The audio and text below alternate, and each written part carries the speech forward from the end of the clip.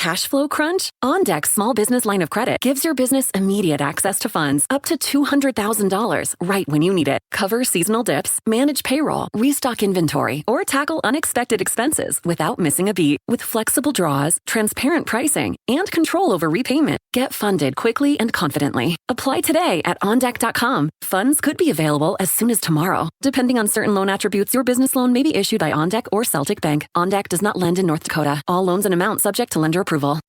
Substance use disorder and addiction is so isolating. And so, as a Black woman in recovery, hope must be loud. It grows louder when you ask for help and you're vulnerable. It is the thread that lets you know that no matter what happens, you will be okay. When we learn the power of hope, recovery is possible. Find out how at startwithhope.com. Brought to you by the National Council for Mental Wellbeing, Shatterproof, and the Ad Council.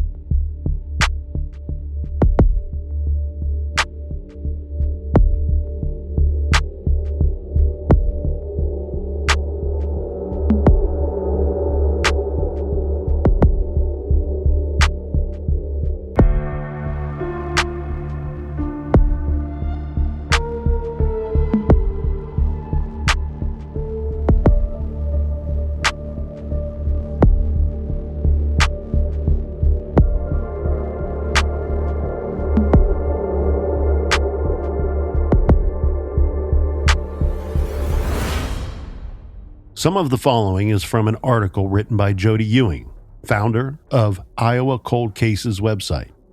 The Missing Kids Milk Carton campaign started in the great state of Iowa. The grainy images of boys and girls sat beside Americans during breakfast time for much of the 1980s. Before Facebook, Amber Alerts, and text messages, pictures on milk cartons were a way to distribute information about missing kids. It made sense at the time. Most Americans drank milk, and the cartons had a frequent turnaround from grocery store to fridge. It was also a grassroots campaign with deep Iowa ties. Among the first cartons to be distributed in the grocery stores were from Anderson Erickson. They featured the black and white images of Johnny Gosch and Eugene Martin, two Des Moines Register newspaper carriers. From there, the Missing Kids Milk Carton campaign grew. Dairies across the nation participated, and missing kids across the nation became part of Americans' routines. Johnny Gosch, age 12, went missing September 5th, 1982, while delivering newspapers. Less than 2 years later, Eugene Martin, age 13, will go missing on August 12th, 1984, while delivering Des Moines Register newspapers on a Sunday morning. By September 1984, Anderson Erickson Dairy in Des Moines began running photos and short bios of Johnny Gosch and Eugene Martin on the sides of half-gallon milk cartons. The trend continued with Wisconsin, Chicago, and then out to California and across the nation. By 1985, more than 700 dairies were now involved, and 1.5 billion milk cartons with images of missing kids are distributed nationwide.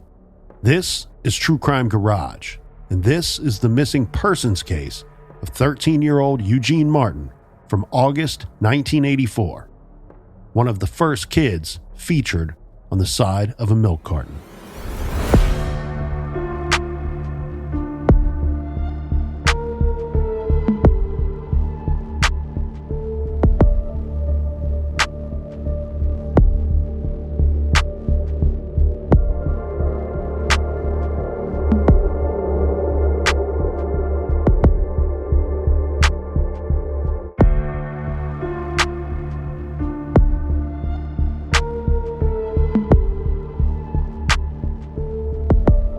Eugene Wade Martin was born on August 17th, 1970, and almost from the start, people closest to him shortened his name into something that felt like it belonged to everyday life. They called him Gene, the kind of name you could shout from a porch when the streetlights were coming on.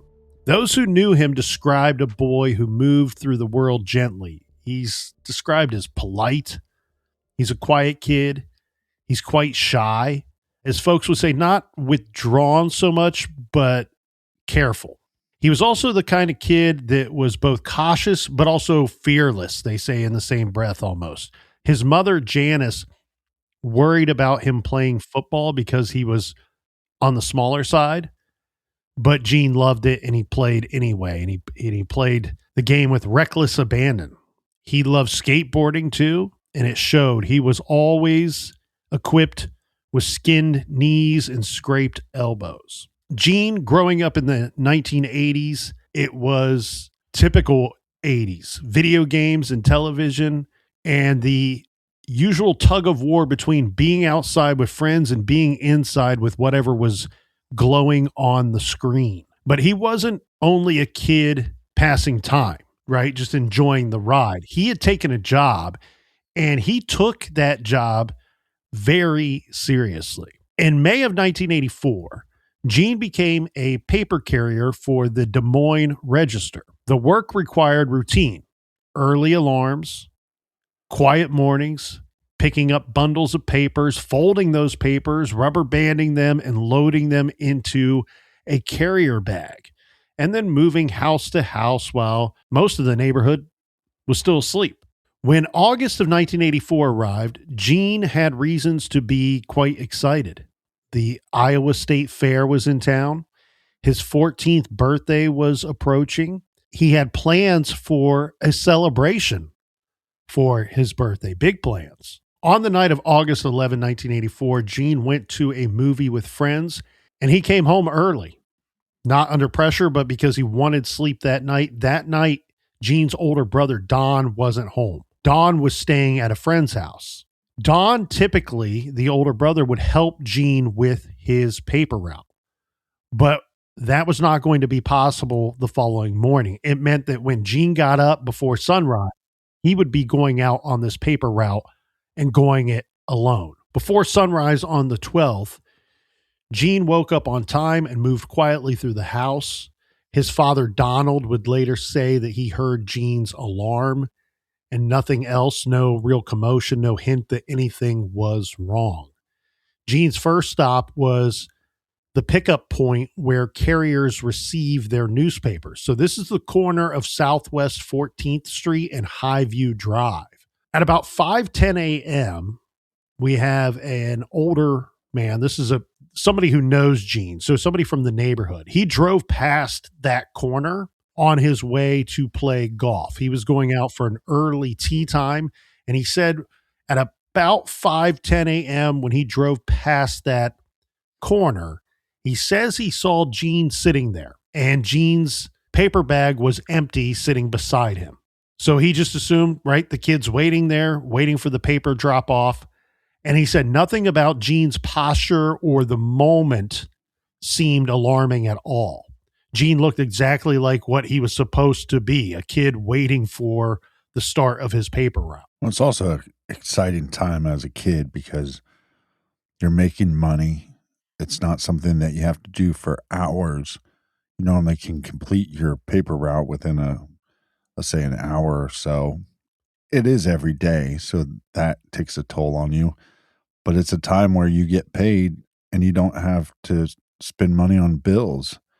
So that money accumulates different. And just like little simple things, whether it's a bicycle or going to the movies or whatever it is, you're in a situation where you can afford something that your peers mostly can't. Well, and those summer months delivering papers are fun too, because rarely do you have undesirable weather. And you have those mornings, those summer mornings where the air is still kind of cool and crisp and you're out there alone. But you get to watch the sun come up oftentimes on that paper route. Yeah. Sometime later this would have been after the papers arrived at the drop-off point, Gene appears to have done the usual carrier type of work, loading up the papers, rolling them up and loading them up into his bag. And that's really what the next observation here in our timeline, Captain, would suggest. So we have route manager Paul Porter. He came by and he saw Gene's carrier bag positioned at the corner. It's loaded with newspapers, looking ready to rock and roll. Porter says he did not see the boy. He did not see Gene, but the bag looked prepared as if Gene had already folded and rubber banded the newspapers. And he actually assumed that Gene had probably just taken a couple of papers, went to deliver them, and would circle back to grab the rest or grab another handful. Reports place this sighting in the window of 6 a.m. to 6:15 a.m. So let's put this under the microscope real quick. Zoom in on these moments, because we have one witness that says at 5:10 approximately, he saw Gene just sitting there. Looks like he's waiting for the papers. No papers in Gene's carrier bag. Right. And then between 6 a.m. and 6:15 a.m., we have the route manager who spots the bag full, but no Gene. So in between those two times, we can gather that Gene likely received these papers and put them together and got them ready to go. But then, just like we saw in the Johnny Gosch case, then in the Danny Joe Eberle case, some point that morning, Captain, customers start calling, making phone calls. They had not received their papers. Right. The route is interrupted. Correct. And in those first two cases, we have reports of the calls going directly, or at least the majority of those calls going directly to the residence, the home of the paper carrier. This case, though, seems different in the sense that the reports I'm seeing here are that most of the calls, if not all of them, went to the paper itself or the persons in charge of the route rather than the carrier's home, rather than Gene's home. So they're getting calls. They've not received their papers. One customer says, she's at her window on the phone complaining that she hasn't received the papers. And she's like, I can see the bag of newspapers sitting right there at the corner. Is it okay if I just walk over and, take my paper? Right. And in fact, Porter, I believe it was the route manager, Paul Porter, who received this particular call, because he says, look, I was telling the people calling in, don't worry, your papers are going to show up, and I will go back to, I was already at the pickup point or the drop-off point prior with the papers, and I'll circle back and see if, what's going on. What's the holdup with Gene? So at approximately 7:15 a.m., Porter then called Donald Martin and told him, look, Gene's not out there delivering the papers, and I've been by twice and I've not seen him. So Donald searches the house. He's hoping for a simple explanation, right? Maybe his son returned home for any reason. Maybe he's not feeling well. But he says, I didn't really become alarmed until I searched the home and Gene's not there. Because think about if you're on your route and you have to use the restroom and you don't want to pee on a bush or some tree, or maybe it's not a number 1, maybe it's number 2. You're so or close the dreaded number 3. Or sometimes it's a 6, but you're close to your house. So there's a possibility that you just go home. And I know that sounds funny, but I think these are the things that would go through your mind when you're getting calls that, hey, my paper hasn't been delivered. And so you start going, well, why? Well, also zoom in on the time frame, right? Because this is roughly 1 month shy of 2 years after Johnny Gosch, another paper boy, boy delivering the Des Moines Register, the same paper that Eugene Martin's delivering. There's always a chance the kid gets spooked and goes home. In all reality, what we have here, Captain, is we have the dad saying, look, I heard his alarm go off and I heard, him move through the house, and we have the people calling in, papers aren't delivered. We have the route manager who says he saw the carrier bag sitting there. But in all reality, all we have for this time frame of roughly 2 hours ish is only one person that can be confirmed as having actually seen Gene that morning. That's the golfer. His name is Connie. He says at roughly 5:10 a.m. that he drove by and saw Gene, who he knew from the neighborhood, sitting there, who appeared to be waiting on his papers. So Donald, Gene's father, contacts his brother, Donald's brother, and the two of them go out and they start looking. They got motorcycles. It's a summer morning. They both hop on the bikes. They rode to places that they said, look, these are where we thought teenagers go. Typical teenager places. We went to the mall. We went to the school. We went to anywhere we thought that Gene might be. And of course, they found nothing. No Gene, no clear witnesses, nobody saying that they had seen him, no sign that the morning had gone wrong. So Father Donald returned home. He calls police to report Gene missing. This week, the week that should have held a fair and a birthday party, turned into a week that contained a disappearance. Yeah, and as you have the disappearance of this paper boy, and knowing that they're looking forward to these events as they're popping up is a reminder that he's missing. Absolutely. And this is a city haunted by another paper boy case in Des Moines. It's a dark, dark shadow that we're dealing with here. Only 2 years earlier, Paperboy Johnny Gosch disappeared, and the similarity was immediate and sickening. An early morning paper route and another boy gone. Police escalated quickly. Des Moines officers responded with urgency, bringing in 6 tactical unit officers and assigning 5 detectives at the outset. Investigators created a fact sheet with Gene's photo and identifying details so searchers and officers would know exactly who they were looking for, and being able to identify him on site. Right. So the initial search began at approximately 8:40 a.m. And again, this would be more than 3 hours, 3.5 hours after the last confirmed sighting at 5:10 a.m. In that gap, Gene had vanished, leaving behind only the carrier bag filled with undelivered newspapers. Search efforts focused on the southwest area near that Southwest 14th Street and Highview Drive. Investigators still had to consider early possibilities, right? Maybe this is just confusion. Maybe he took a weird detour. Maybe there's a runaway scenario here, but the circumstances were unnerving. And what they immediately found here, their findings were very quickly that we have a responsible boy on a work route, papers prepared, and then he's absent.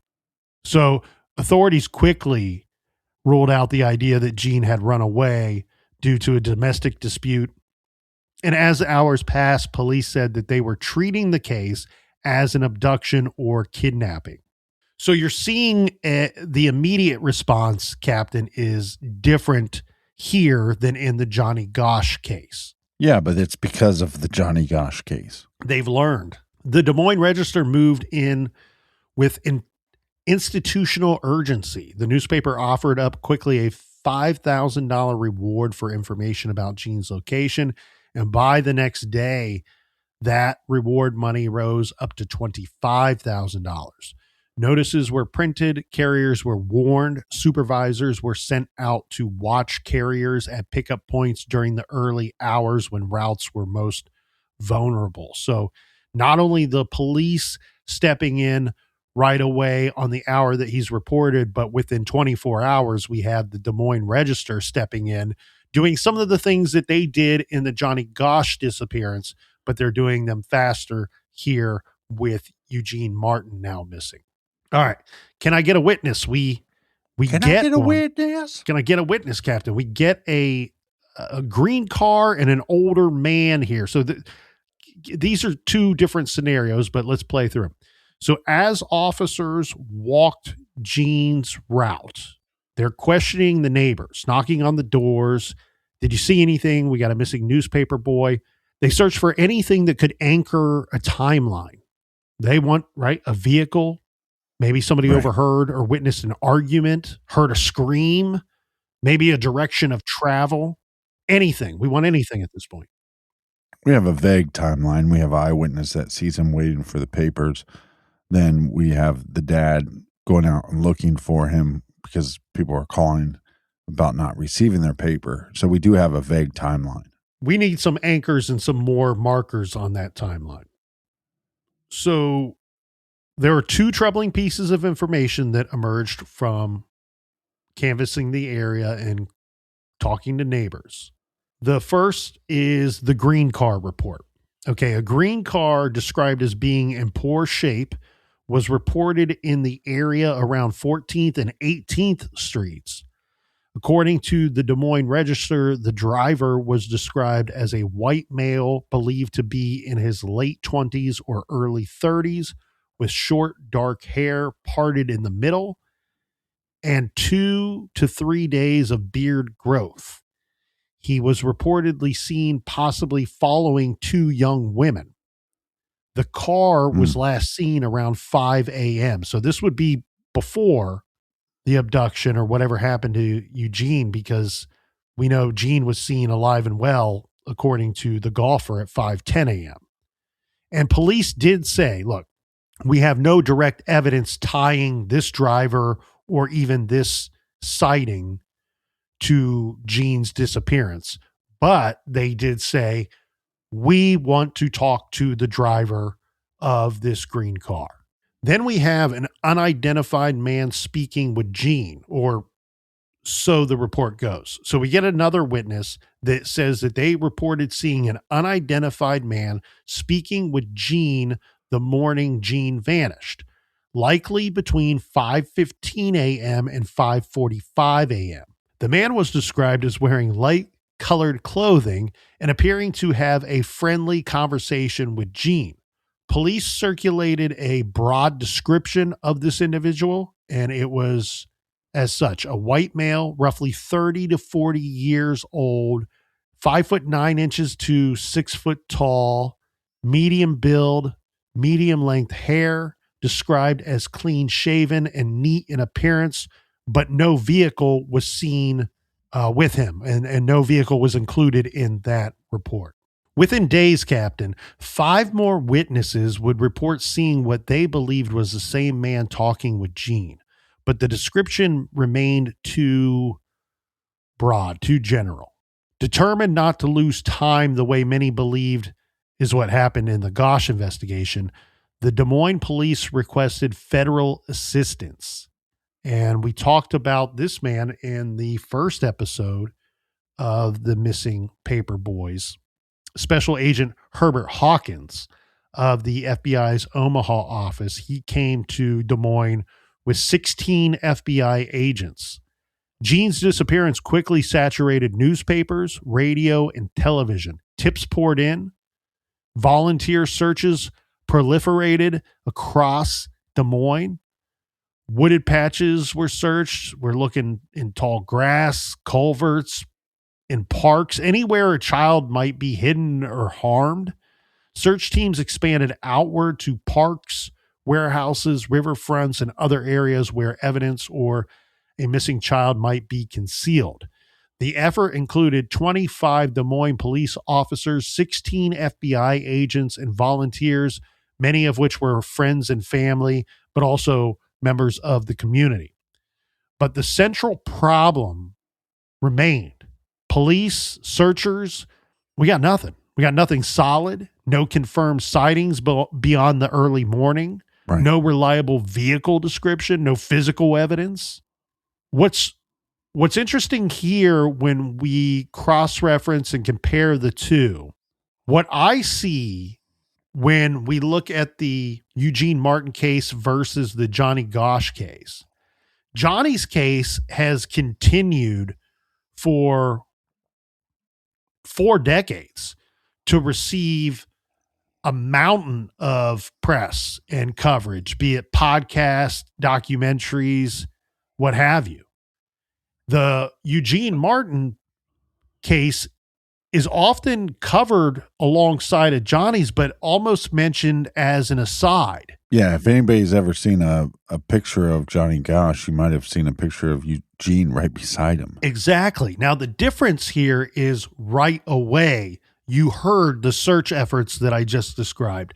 The search efforts immediately were different and much more abundant in strength and numbers with Eugene Martin's case than it was with Johnny Gosch. Again, back to something you said earlier. It's because of the Johnny Gosch case that they have adapted and are reacting different and reacting more appropriately in this unfortunate second disappearance of another kid out delivering the Des Moines Register newspaper.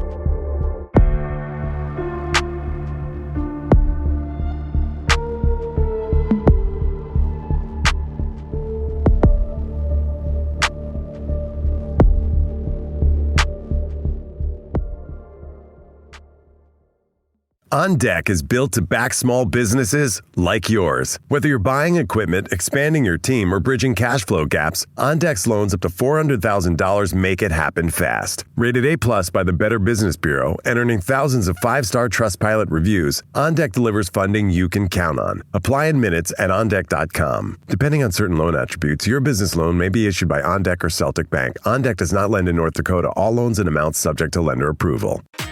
You know that thing where you get an amazing pair of shoes at a really great price and want to tell everyone about it?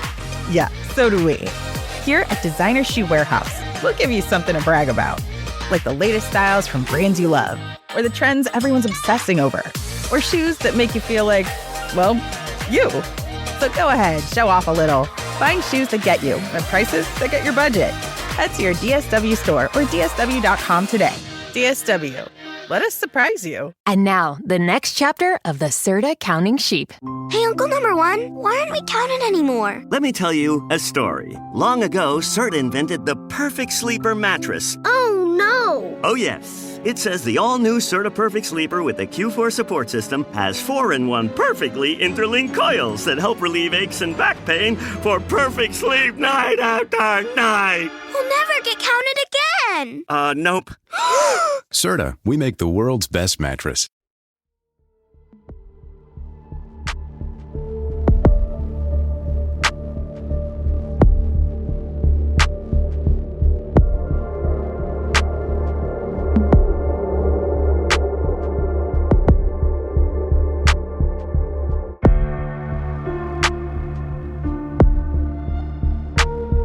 All right, tall cans in the air. Power to the people. Power to the people in the back, in the front, in the sides, and the ones blowing it out in the middle.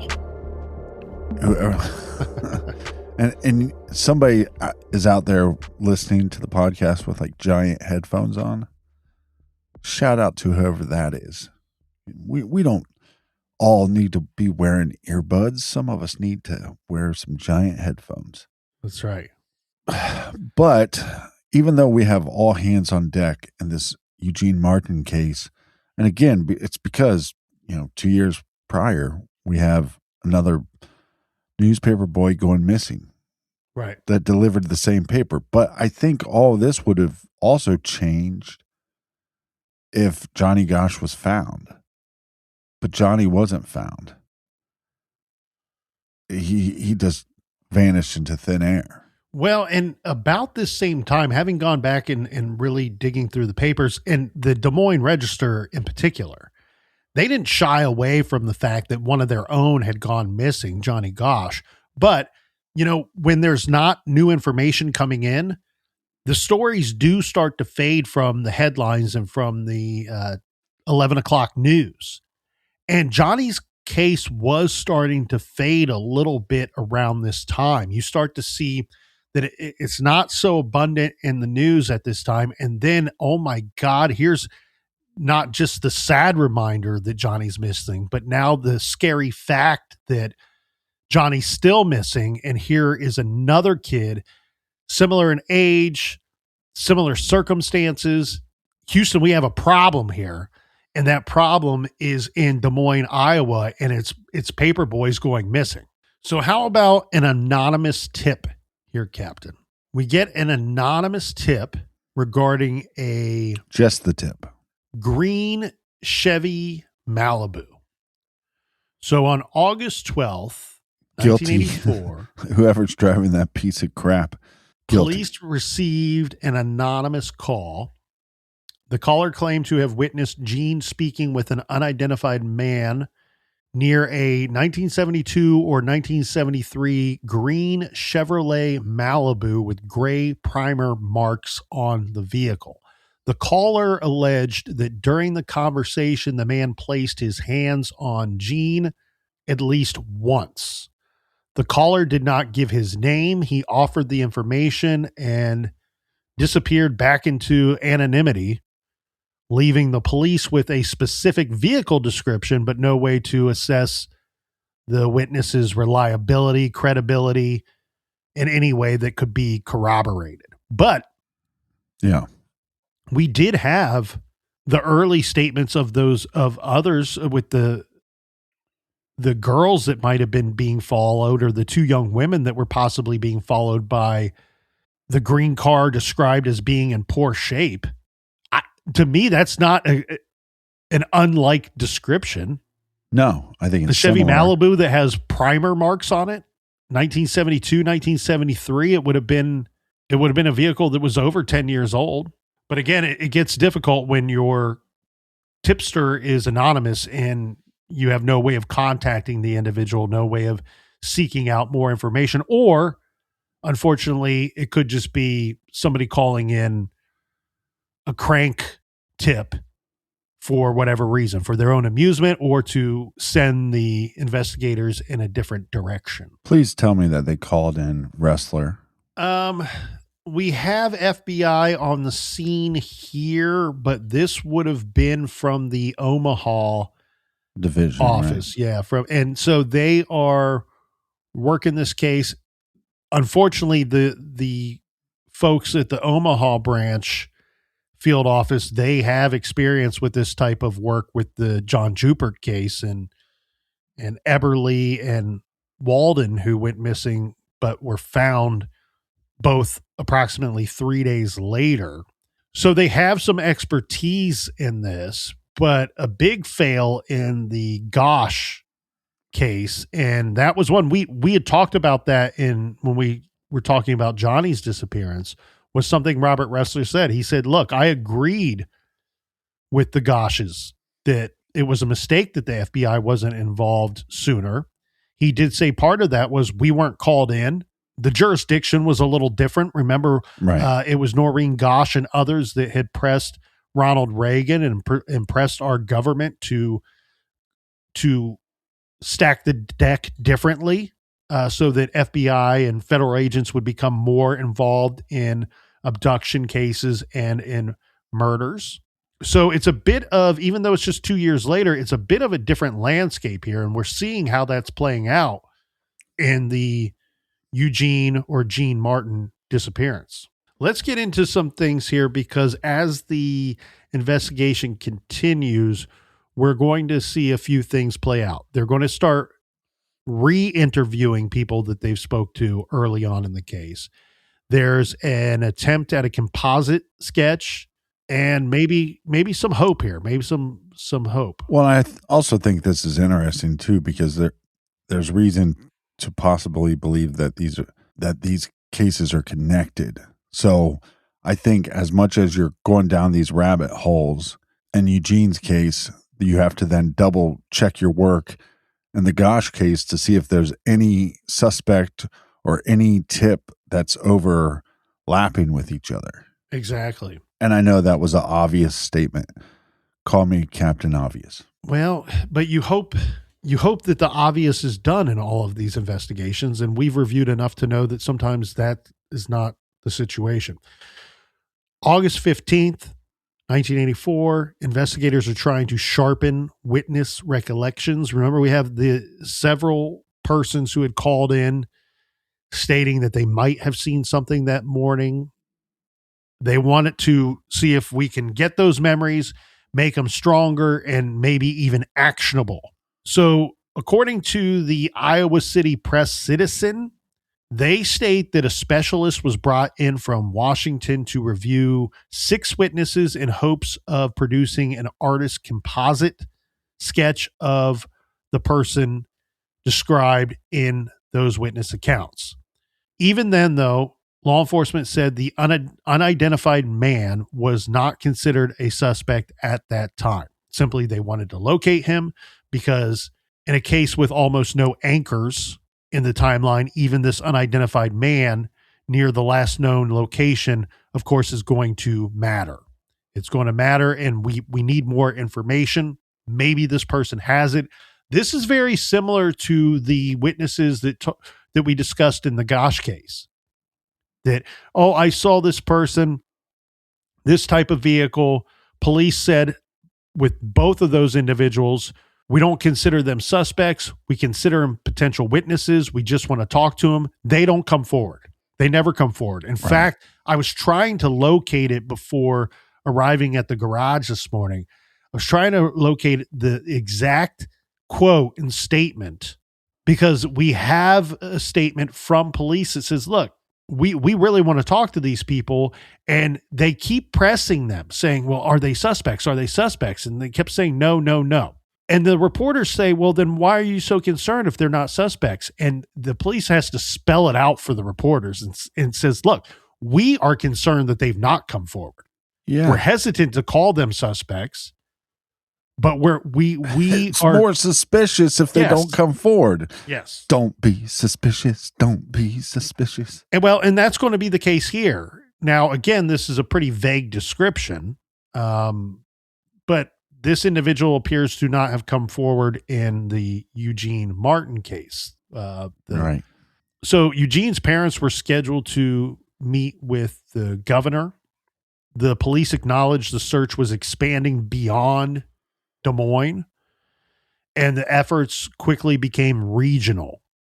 Searches included members of the Civil Air Patrol, and in mid-August, police recovered.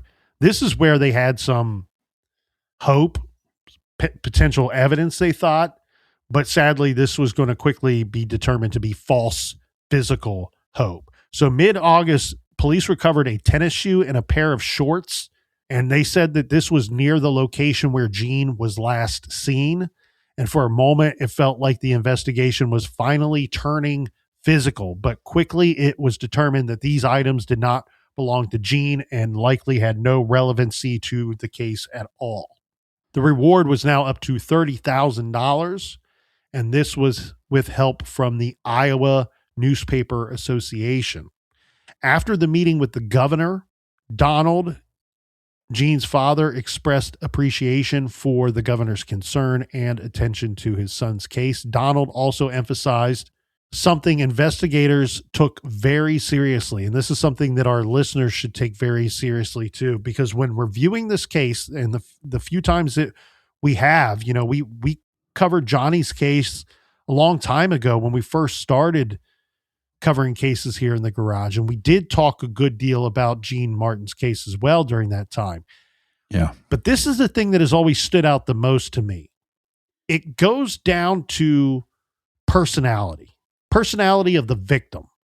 And we talk so often about victimology.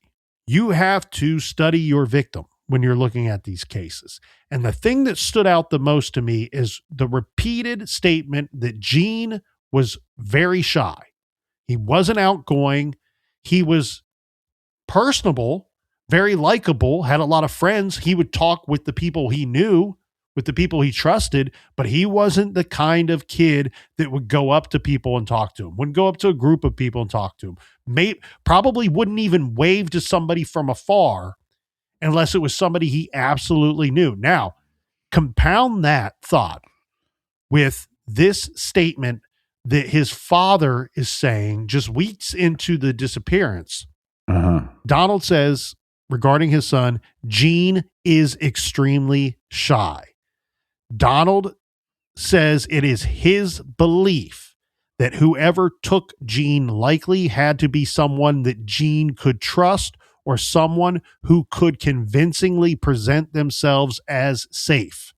Meaning his father is suspicious that this is either someone who knew Gene or presented themselves in a way that Gene would be comfortable with this person approaching them. Right. What was their ruse?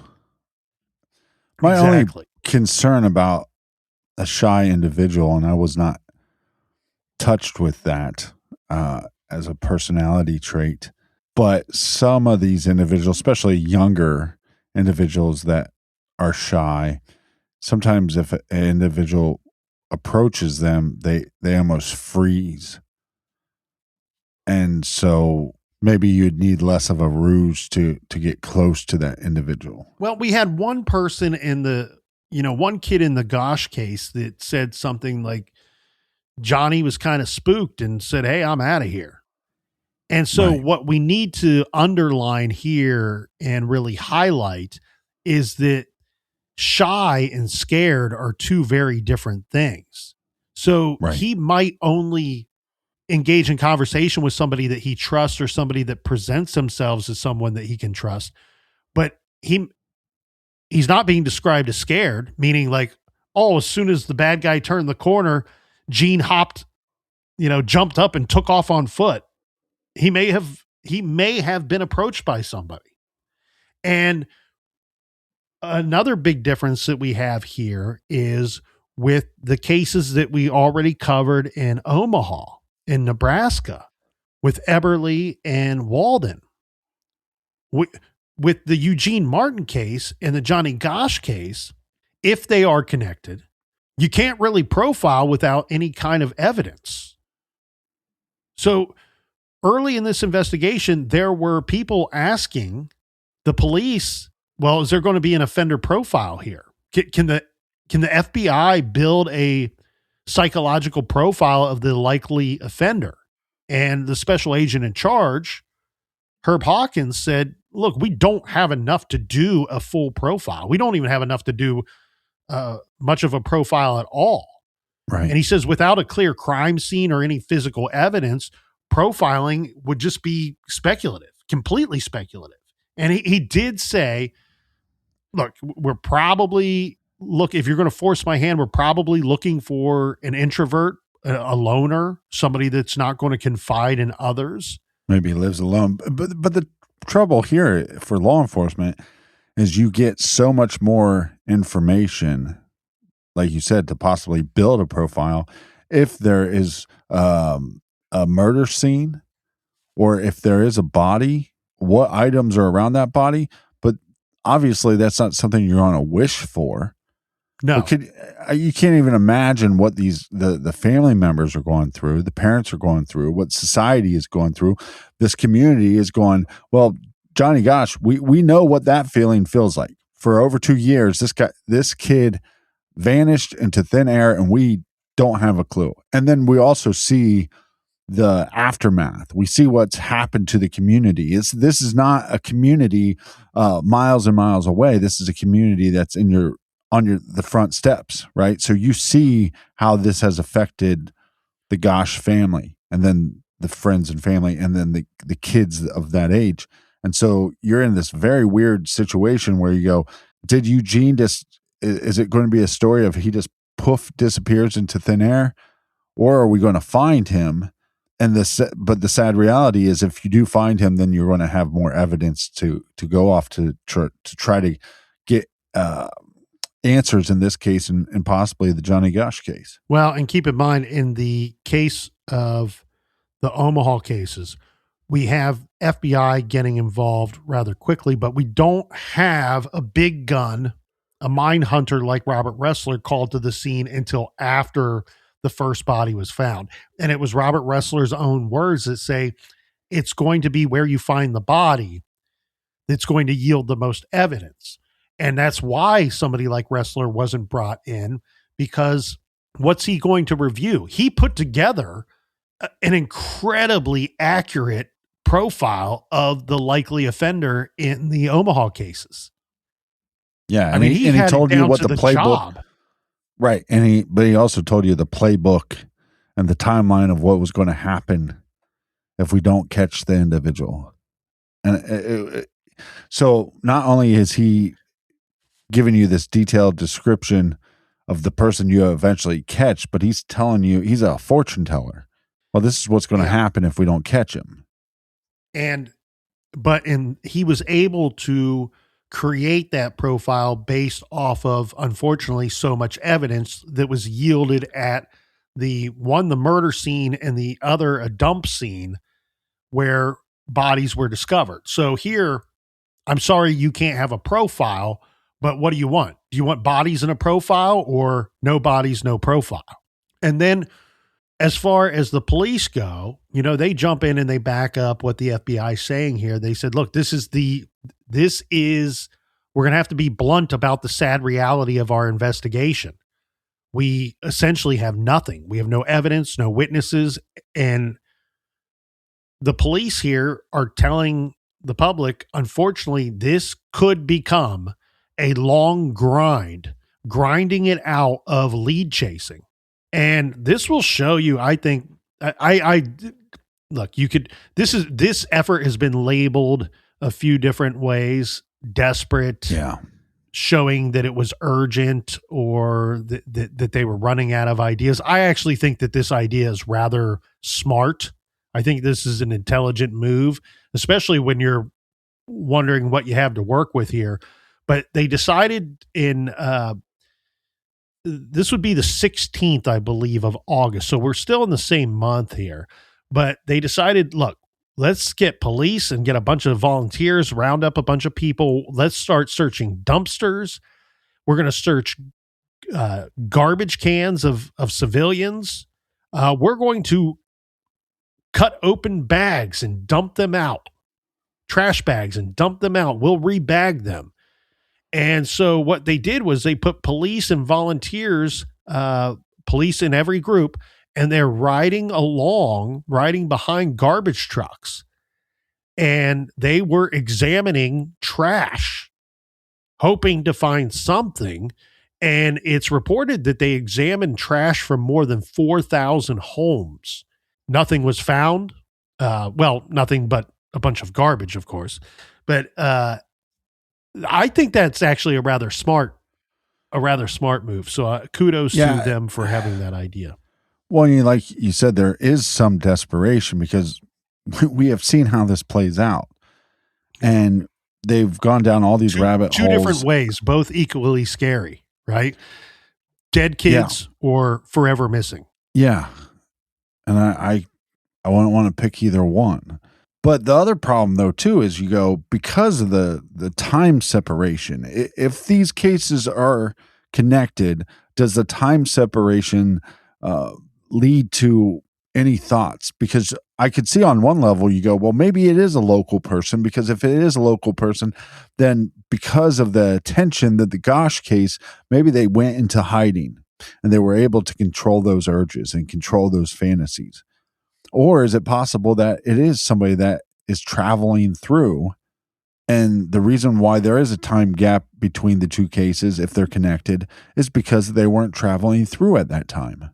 Yeah, if they are connected and you're looking at these, it gets really difficult, because then you start to go, would this be an offender that could go 2 years without committing the same acts? What other kinds of crimes were they committing in that window, if they were committing any at all? If they're not somebody that could abstain from this sort of behavior, then were they only in this area at these two times for some other reason? You look at a case like this and you got to start going, okay, what was in the area at the time? What moved into the area before? What left the area after? I mean, there's a lot of stuff here that in many different ways that you could attempt to try to work this. Speaking of work, the National Center for Missing and Exploited Children came in to work with police and to print and distribute missing person flyers. Locally, and area newspapers also pushed prevention efforts. Remember that when Johnny Gosch went missing, they put out safety programs specifically for paper carriers, and they were reinforcing those safety programs.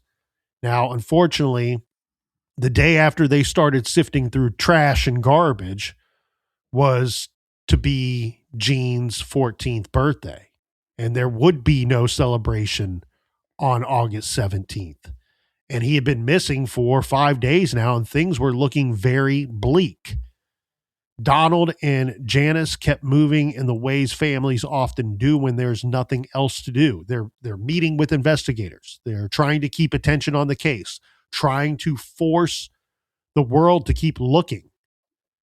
Gene's birthday cake was placed in the freezer, saved for the moment that he might come home. The tip line began filling with calls from alleged psychics. So this is such typical 80s missing child case, right? Psychics, wannabes, and pranksters bogging down the phone lines in a very important investigation. Police wanted to be clear. They announced to the media, "We've not sought any help from psychics." And they pointed out that trying to track down psychic tips would only strain their limited resources. One of the things I'm going to be looking at, because trying to determine if this perpetrator is local, if these cases are connected. So pervert roundup, but also, is there any allegations against anybody that's involved with kids? School bus driver, a librarian, a Boy Scout leader. In the last 5 years, is there any complaints against any individual? And then I'm bringing that person who got let out in. Recently, right? We've seen that in a bunch of cases recently with not recent cases, but cases that have been solved or the killer identified years, decades later, that it's traced back to somebody that, he got let out of prison 2 months before this happened, and he was in there for similar crimes. Right. And was there arrests made in between these cases where somebody went away for a little bit and then got released? Because, again, that could show some sign of a connection here between the two cases. As the days turned into weeks, now the volunteer turnout began to decline. This is, of course, an emotional shift as much as it is a logistical one. At the end of August, the Quad City Times reported that police said they were no longer asking for volunteers. Police explained that many locations had been searched more than once, and that larger areas that had been searched with volunteer help would from now on be searched by police. They were going to leave the future searches to the members of law enforcement. In early September 1984, the reward money for information reached over $100,000, a sum meant to shake loose someone sitting on information. If somebody knew something and could point the finger, you would think $100,000, especially in 1984, would get that person to come forward. Hey, you give me a cheeseburger and a hand job, and I'm telling on my neighbor. But keep in mind, September 1984. So this same period carried the grim anniversary in Des Moines, with the 5th of September marking 2 years since Johnny Gosch disappeared. Between October 1984 and late December 84, we get a tip and a probe, and not the good kind. So late 1984, authorities announced an investigation involving the Des Moines Register staff, with allegations that surfaced about possible sexual assaults connected to younger paper carriers. The allegations were brought to police by a private investigator who claimed to have obtained information for them to look into. And then in a separate report, so this is another strange report, it's separate. This is in December of 84. A witness claimed to have seen an adult male carrying a young boy who appeared limp under a highway bridge near Centerville, Iowa. This information's a little vague. I don't know if the report is stating that it was something they had seen recently, or if it was something that they thought they had seen around the time of the disappearance of Eugene Martin. What we do know, Captain, though, is investigators did search along the river, searched in this area. Now, do note, though, this area is over 80 miles southeast of Des Moines, and they reported finding nothing connected to Eugene Martin or Gene's case.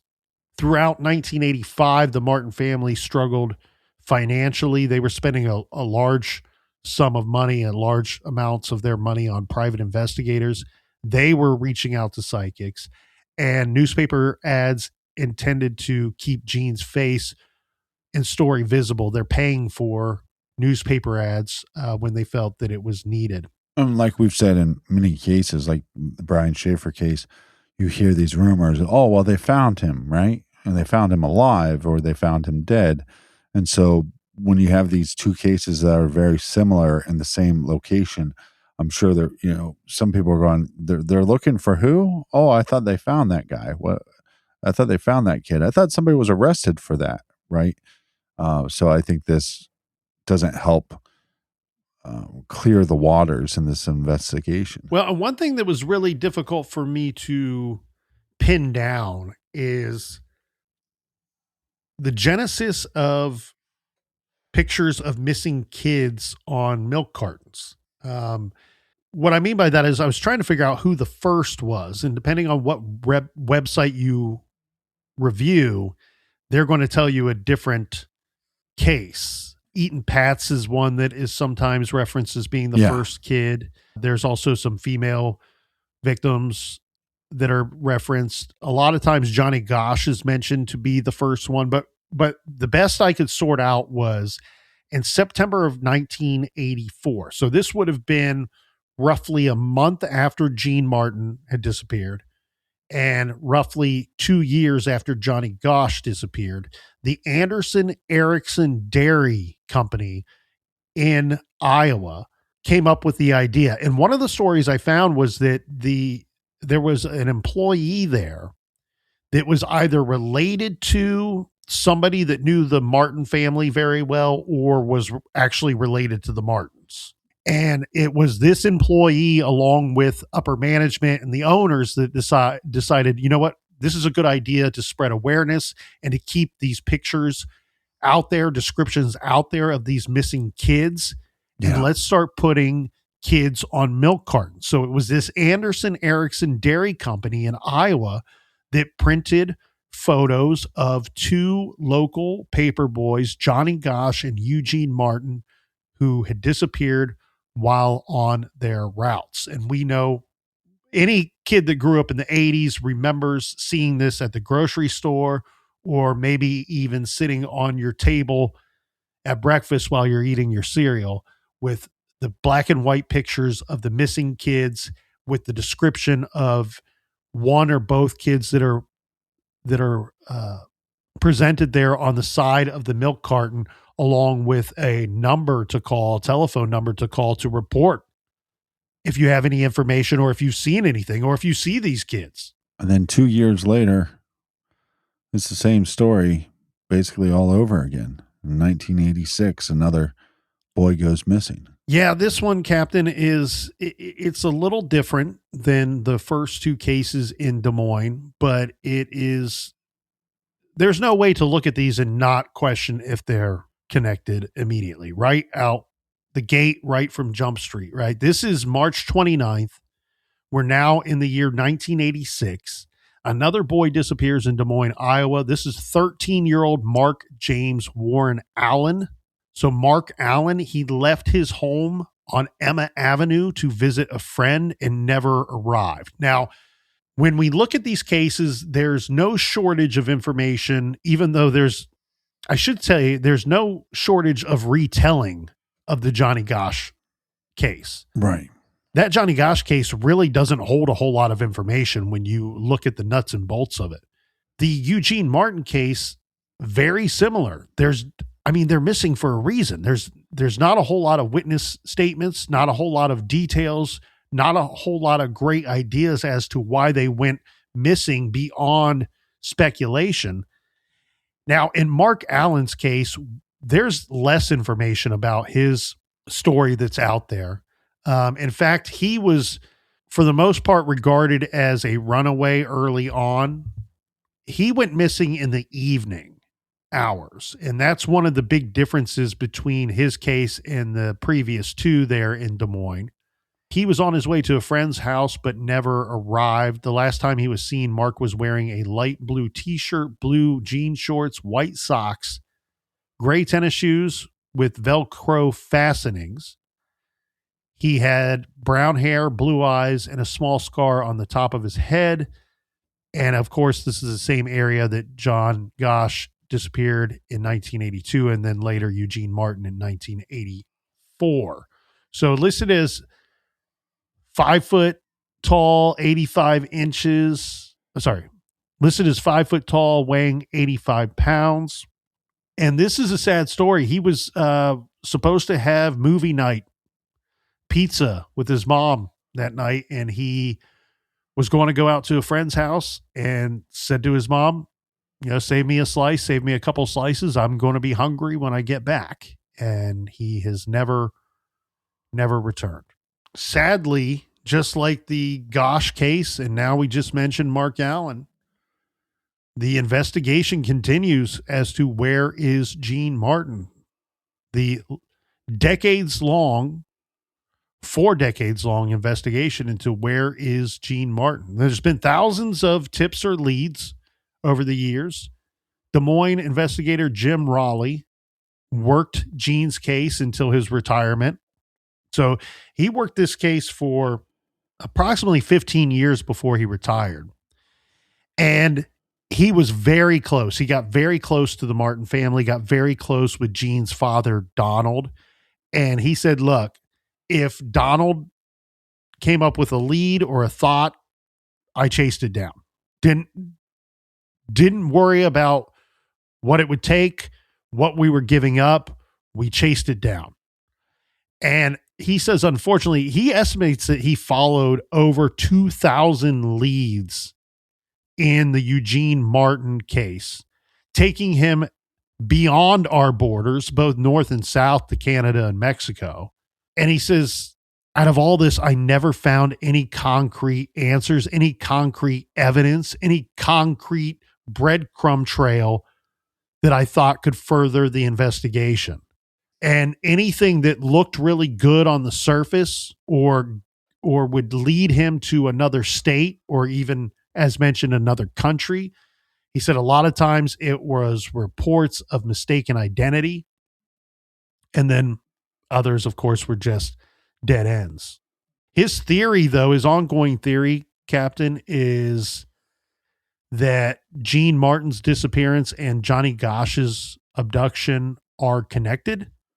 He says he believes either by the same individual or a group, though he said he could not uncover solid evidence to prove it.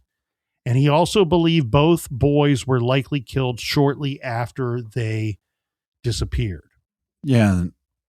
Like we said in the Johnny Gosch case, there was eyewitnesses that saw multiple people or identified multiple people. And so you just wonder if it's a similar situation with Eugene's case, and then how dark and deep does this go, and how many cases possibly could be connected to these two young boys? Well, and sadly, both cases remain open and unsolved, and Gene's parents have both passed away, so they never got any answers as to what happened to their boy. Now, what is known from that morning, a quick review, and what investigators can return to and have returned to time and time again, is the same narrow slice of time and place. On August 12th, 1984, at about 5:10 a.m., Gene is seen sitting at Southwest 14th Street and Highview Drive by somebody that knows him, apparently waiting for his newspapers to arrive. After that, his papers are prepared, folded, rubber banded, loaded, and he's gone. Yet his bag remains at the corner full of papers and abandoned. Witnesses describe Gene speaking with an older, unidentified man sometime between 5:15 a.m. and 5:45 a.m. Descriptions vary. Even though it's a vague, broad description, these descriptions vary. There are no confirmed sightings of Eugene Martin after that morning. Gene is described as a white male with brown hair and brown eyes, about 5 feet tall and around 110 pounds. He was reported to be wearing blue jeans, Blue Trax brand shoes. There is DNA that is available for analysis or comparisons in his case. And the story that began with a boy waking up on a quiet morning just to go out and earn a few bucks, money for the fair potentially, money for video games, ended with a carrier bag left behind at a curb in a city searching for answers outward in a widening circle and widening circles that never found the one thing that would make the rest of the timeline real, where Gene went after he finished folding the papers.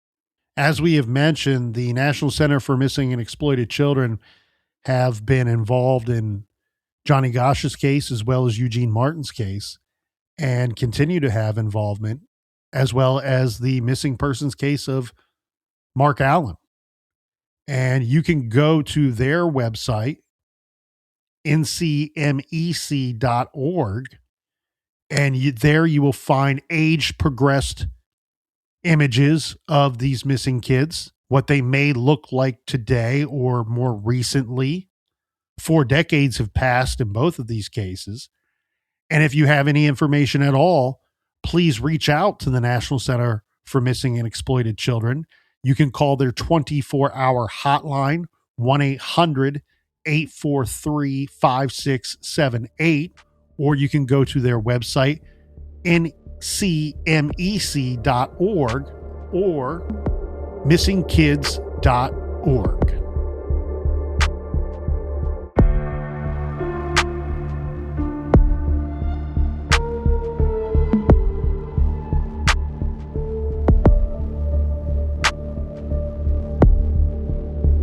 I want to thank everybody for joining us here in the garage each and every weekend. If you need more true crime for your earballs, your hairy earballs, then make sure you subscribe to Off the Record, our other show on Patreon or Apple Podcast subscription. You'll have tons more true crime for your earballs. And until next week, be good, be kind, and don't litter.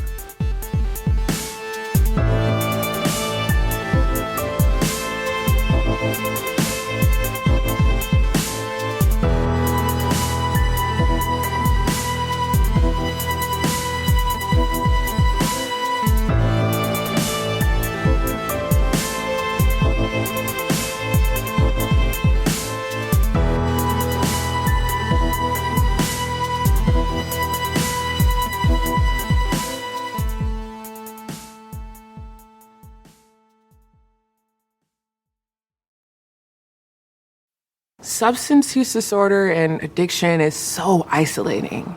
And so, as a Black woman in recovery, hope must be loud. It grows louder when you ask for help and you're vulnerable.